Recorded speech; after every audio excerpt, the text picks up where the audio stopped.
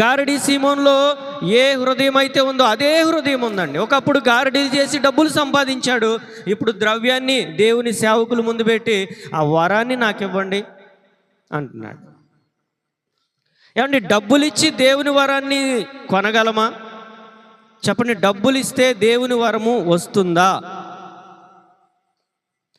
రాత్రి కాలంలో మనం చెప్పుకున్నాం, ఎలీషా దగ్గర నయమాన్ వచ్చాడు, బాగుపడ్డాడు, చాలా కానుకలు ఇవ్వాలనుకున్నాడు, కానీ ఆయన తీసుకోలేదు.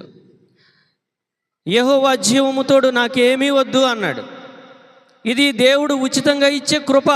దేవుడు నాకు ఉచితంగా ఇచ్చారు, నేను నీకు ఉచితంగానే ఇస్తాను. కానీ ఇక్కడ ఈ గారడీవాడు సీమోను పేతురు ముందు కొంత ద్రవ్యాన్ని పెట్టి అంటున్నాడు, నేను ఎవరి మీద చేతులు ఉంచుతానో వారు పరిశుద్ధాత్మమే పొందినట్లు ఆ వరాన్ని నాకు ఇమ్మంటున్నాడు. డబ్బులు ఇస్తే దేవుని వరం వస్తుందా?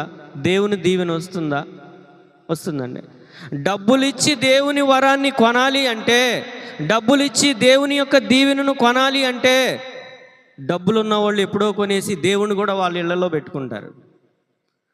ధనవంతులు యేసు ప్రభుని ఎప్పుడో కొనేసి వాళ్ళ బంగళాల్లో పెట్టుకునేవాళ్ళు అండి. పేదవాడికి అందదు దేవుని దీవెన.